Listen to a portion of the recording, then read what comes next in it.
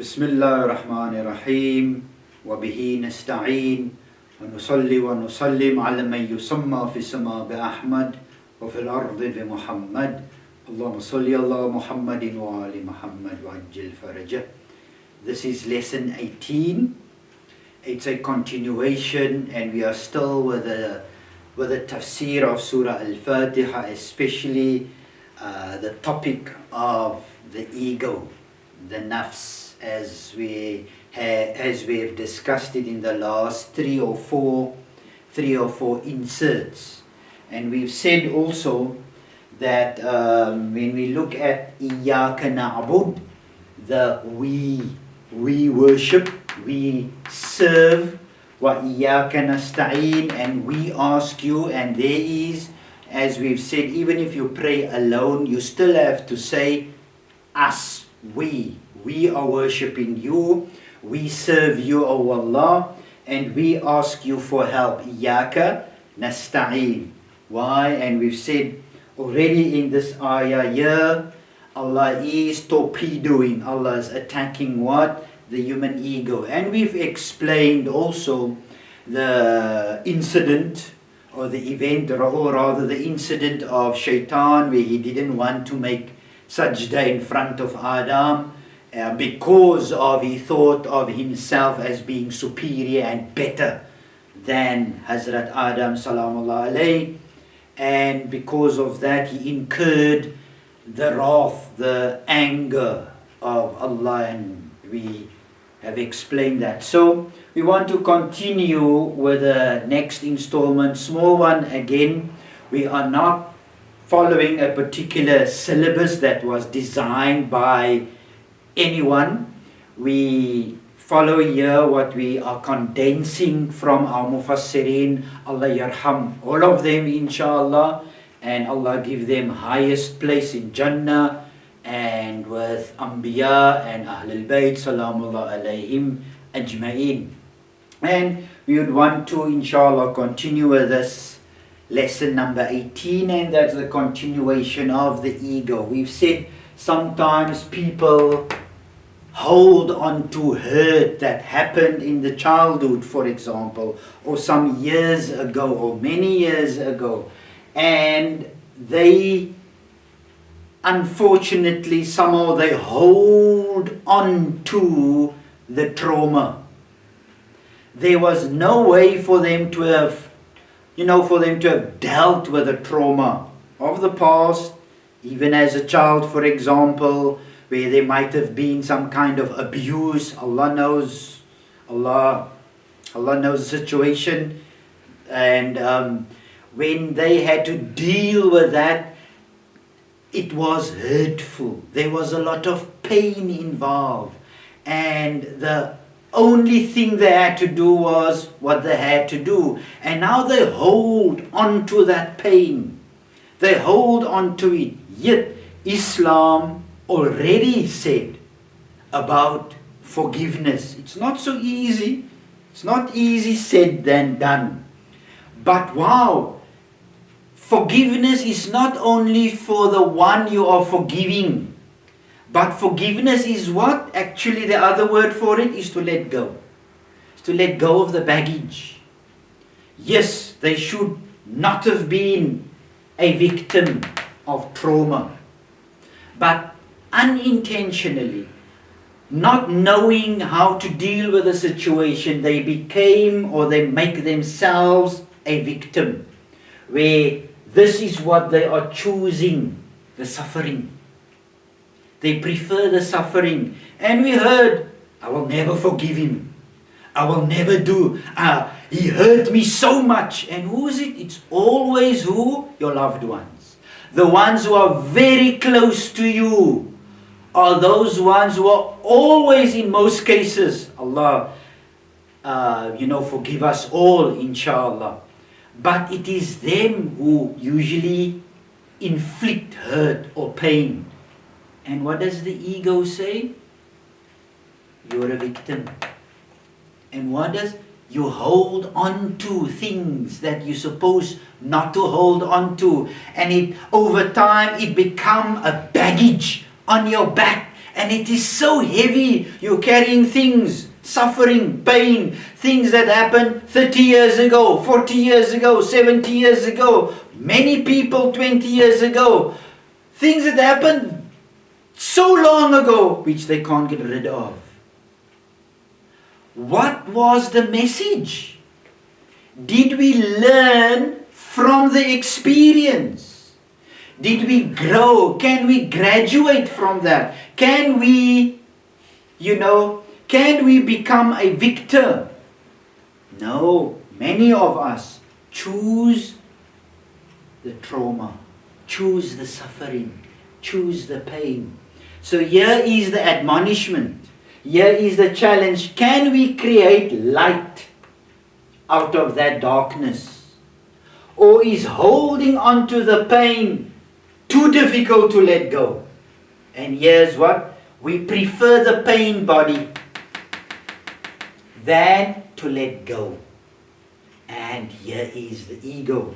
And holding on to the ego or holding on to the hurt or the trauma, does it serve who? Here's the question.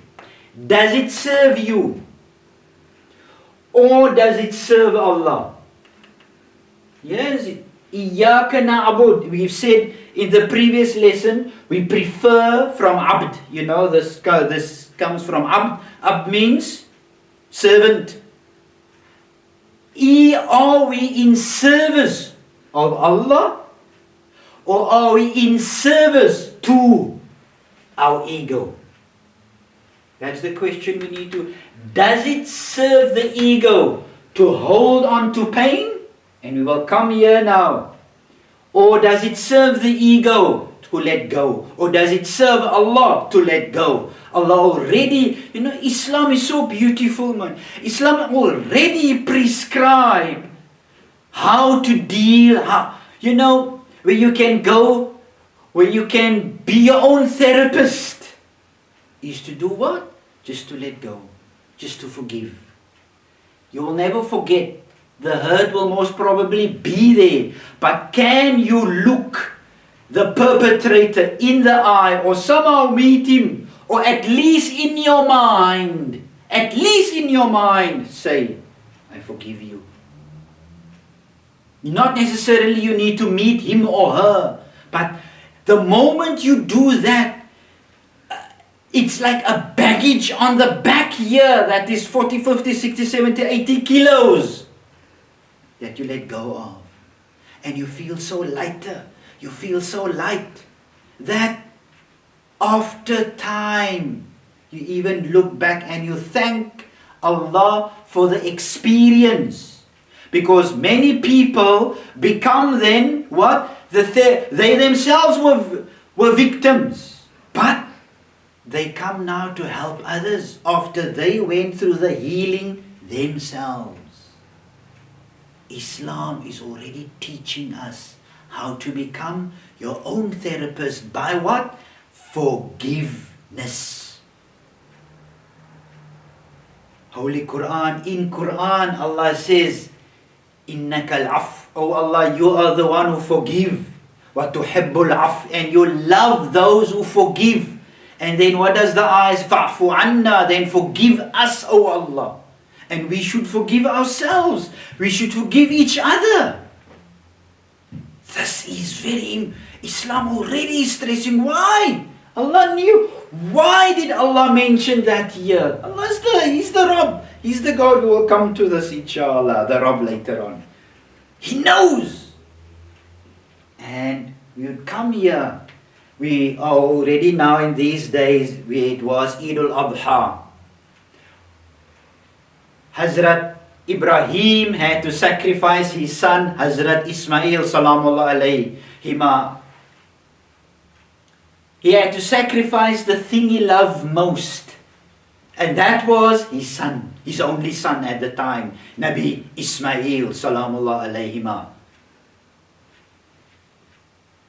What does Eid al-Adha telling us? Are you going to sacrifice the hurt? Are you going to sacrifice the thing you love most? that pain you are holding on to?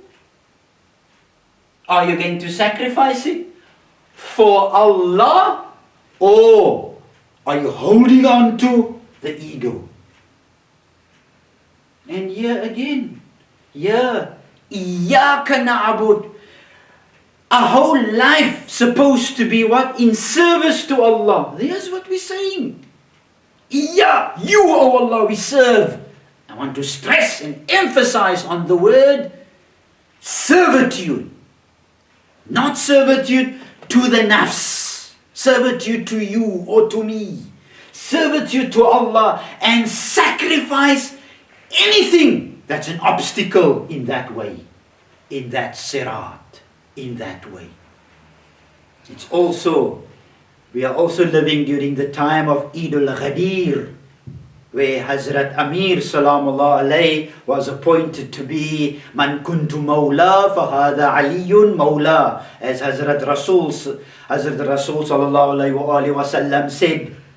Are we following the leadership, or are we again in service to the ego?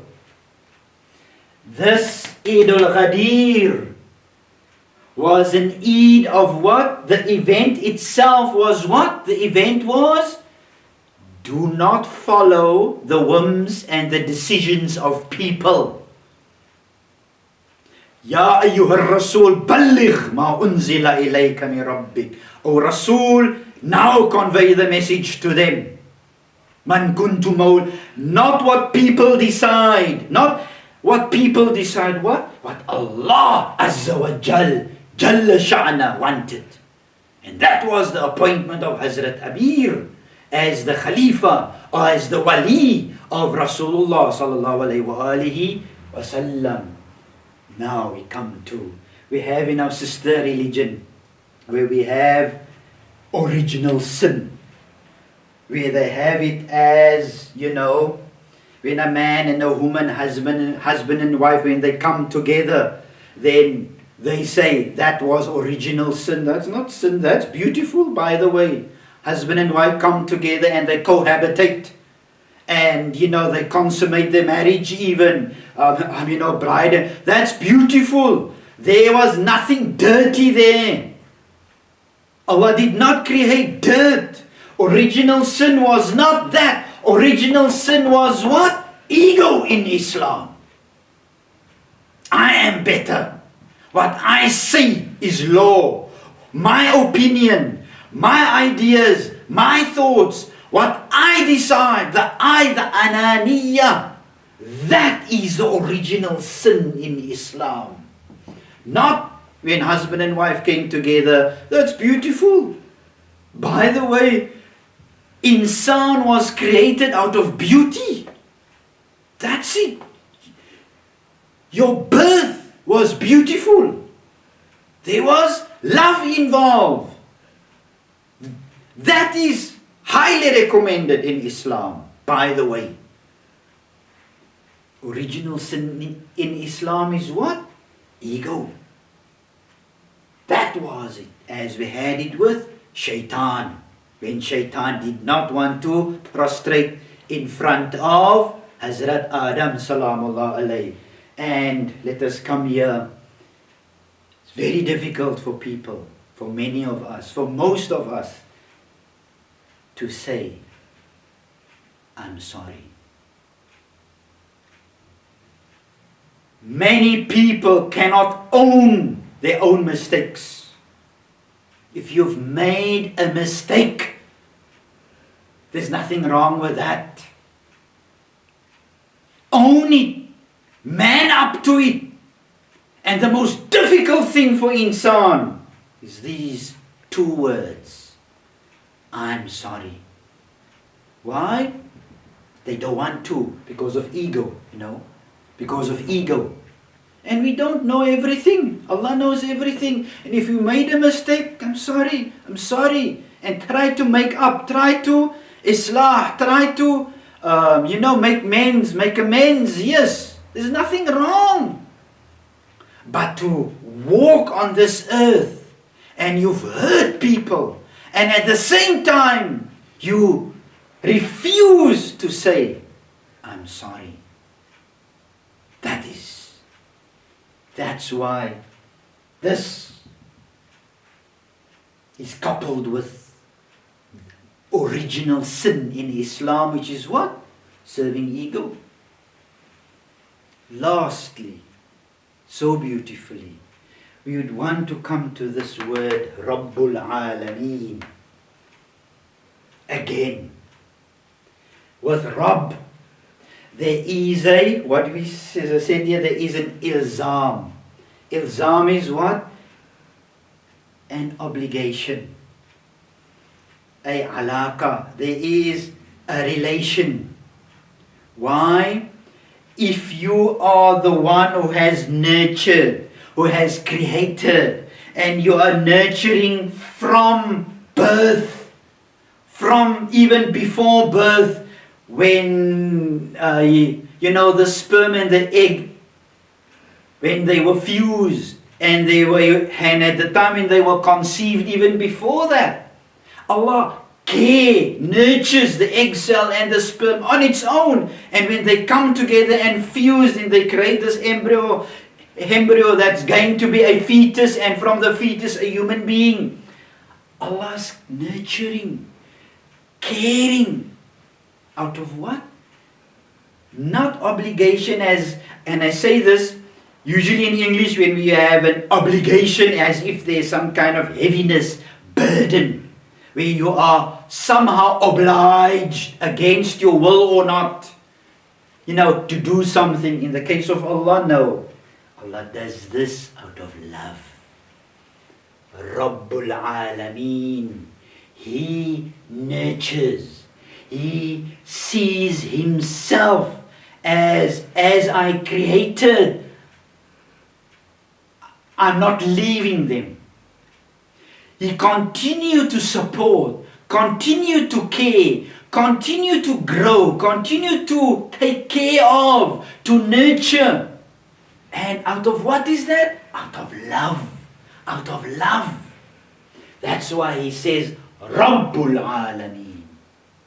He is the Lord. And I don't like the English word Lord because it actually does not make, the word in English, Lord doesn't give the same meaning in Arabic like Rabb. Rabb comes from Rububiyyah, and it comes from the word turba,